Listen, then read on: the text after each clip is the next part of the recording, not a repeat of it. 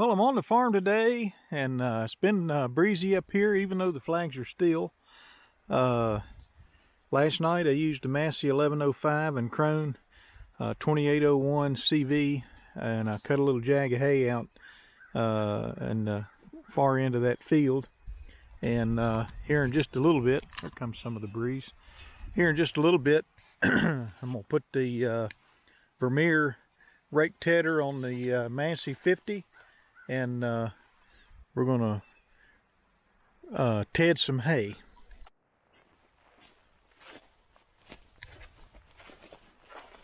Before I do, though, I want to walk out here and look at this hay just as it was cut and dropped in the windrows, and just kind of get a sense of how dry it is before I put a hay tool on it.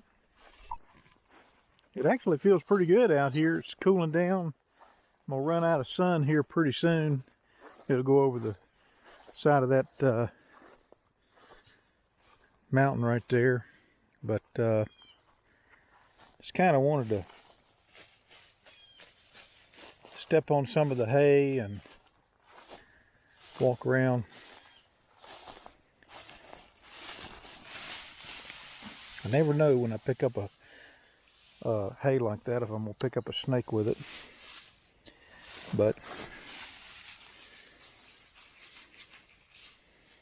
that's what I got, and so I'm gonna spread it out and let it get some sun tomorrow. I don't think it needs a whole lot of drying in this kind of weather, but I'm gonna spread it out, and then tomorrow night I'll come in here and rake it up like I did this little patch right over here, and on Saturday we're gonna bale it, assuming it don't rain.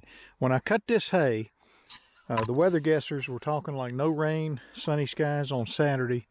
I want to say that now they're up to like 40% chance of rain, so it'll definitely be ready to go when I come in here to bale hay on Saturday. And I may try a little bit tomorrow night, but we'll see. By the way, this is Thursday, July 22nd, so we'll make our way back down to get the Massey going and hook up the Vermeer and get started. Hopefully this thing will start. I had it out here fueling it up the other day, and I just left it. So I don't see any flat tires. Let's see what happens here.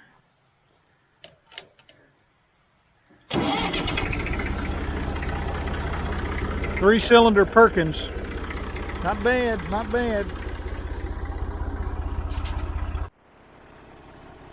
Alright, I got the Vermeer on the Model 50 here, and I got the tines, the hook tines for the tedder rake set in the tedder position. And if you're not familiar with this Vermeer, it's a Lely Lotus 300 Combi, which is a rake tedder combo. And there's the gathering cages, so when you go to rake hay, you put those on and they fit right in here, and it makes a beautiful fluffy windrow. And these hook tines right here, if you're in this position, it's for raking hay, and this position is tedding hay.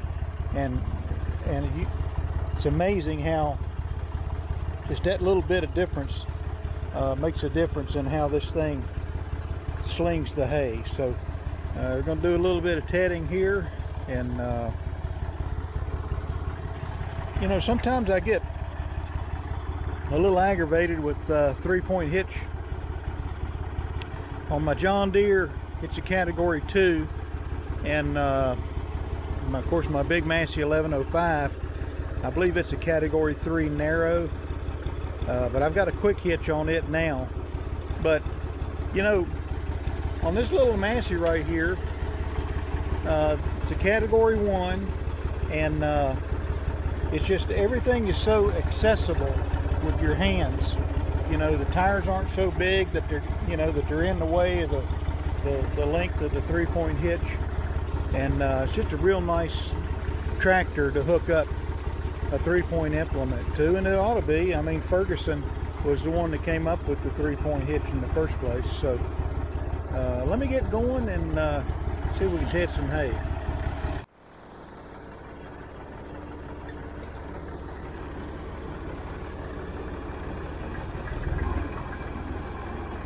I'll be making windrows going back and forth like that. I'll be going around and around, but I'll come out in the headlands, so I just got straight windrows.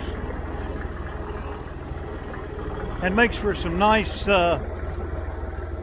baling and throwing the bales in the kicker. Probably by the time you see this, you'll see the video where I was baling down here in the low ground. There's so many crooks and turns. Sometimes it can be difficult to get that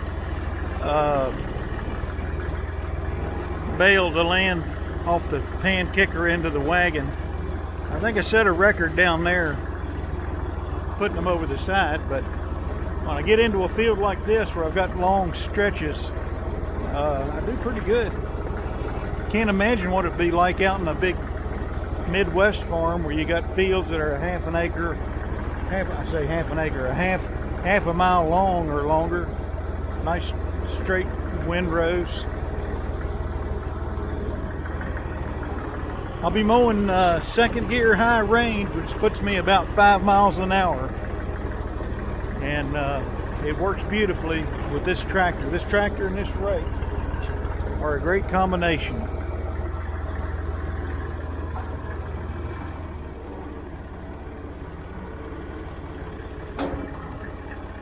Now what I try to do is sort of line my wheel up with the edge of this windrow, and I'll run on this one a little bit, but it positions the rake perfectly.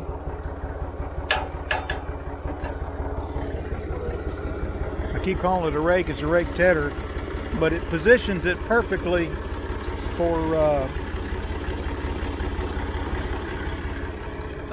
tedding the hay.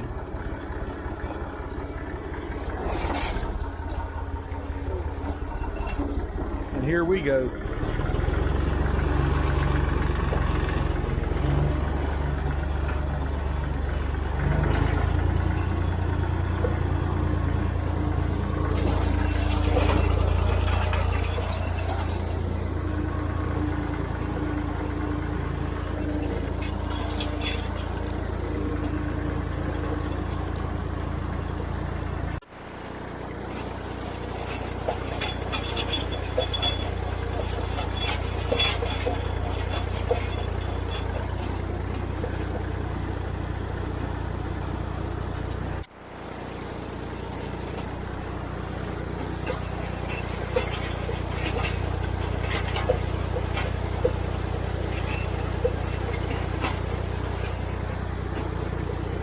Just kind of cruising right along. We'll check back here in a little bit.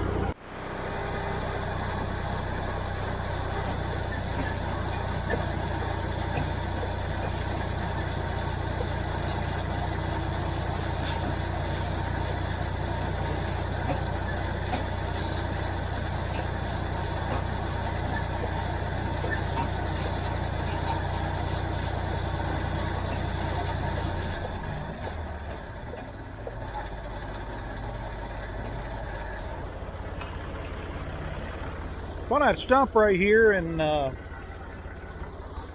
get out and look around. You can see that even at the ground speed I'm going, that it's making a clean sweep. The tines are not touching the ground. They actually recommend that they do touch the ground and just barely touch it for about 12 inches across the front.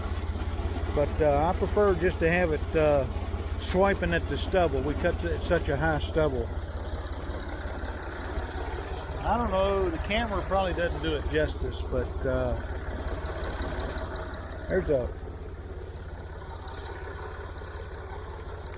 there's a goodly amount of hay yet in this field. It's a little thinner over there, but down in here it's always been pretty thick all the way back to the woods. But anyway, sun's about ready to disappear over the hill, and this won't take long. Get this little section knocked out. Like I say, I'm hoping to get somewhere between 300 and 400 bales. I'm as bad at guessing how many bales as the weather guessers are at whether it's clear and not going to rain. They're pretty accurate when they predict it's going to rain. It's when it's not going to rain that they run off the rails. So let me keep going.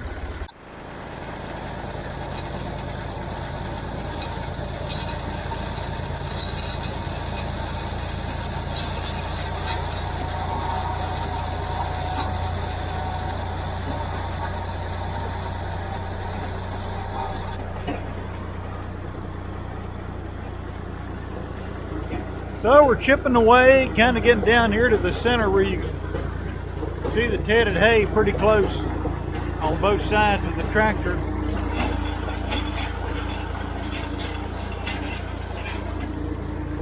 Just about lost his sun. See just a little bit of sun down there, but it's pretty much gone over the hill and behind me.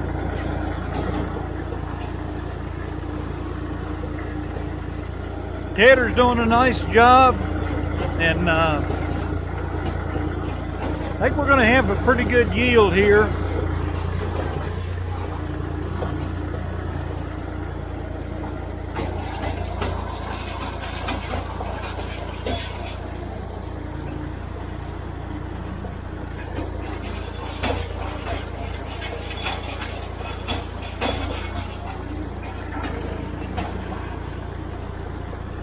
I'll check back here in just a little bit. So the sun's on the other side of that hill, and we're almost done.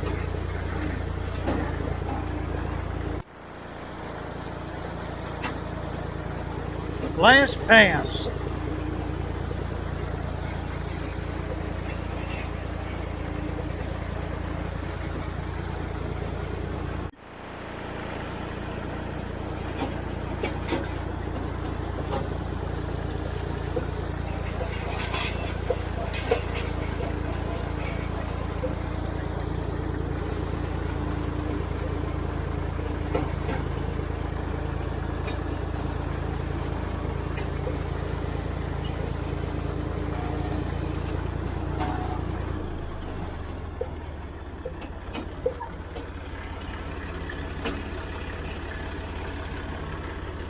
All right.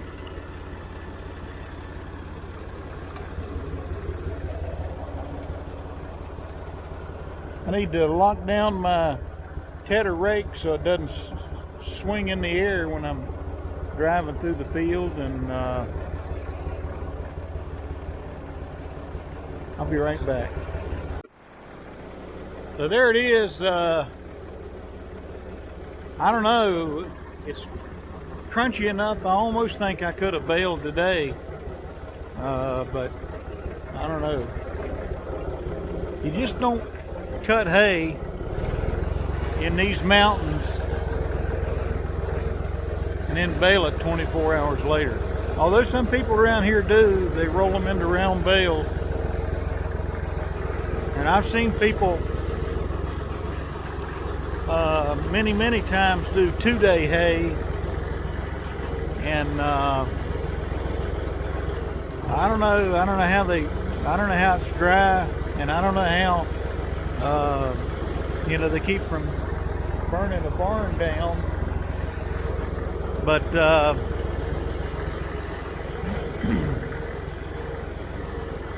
3 days is what we like, 3 full days, and 4 is not out of the realm of possibilities. With my Heston, 4 days, with the crimping rolls on it, no problem. We could get 3-day hay. With the crone out there, 3-day hay it's not hard at all if you get it cut. Give it 2 full days in the sun, rake it and bale it. The impeller conditioners do a nice job on the grass stems. So, all right, well, let me get off here. So last chunk of hay of significance in this field. We're going to come around, I think, try to get some of this gleaner hay all around these lower fields, you know, on this side of the road. And so the Massey Ferguson Model 50,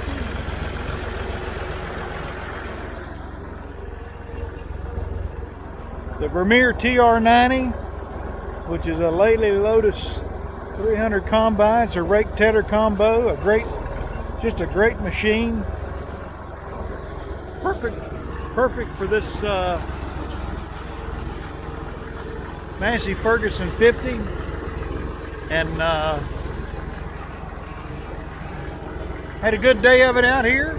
Looking forward to getting back tomorrow evening, and hope you enjoyed the video. Feel free to comment, subscribe, and we'll talk to you later.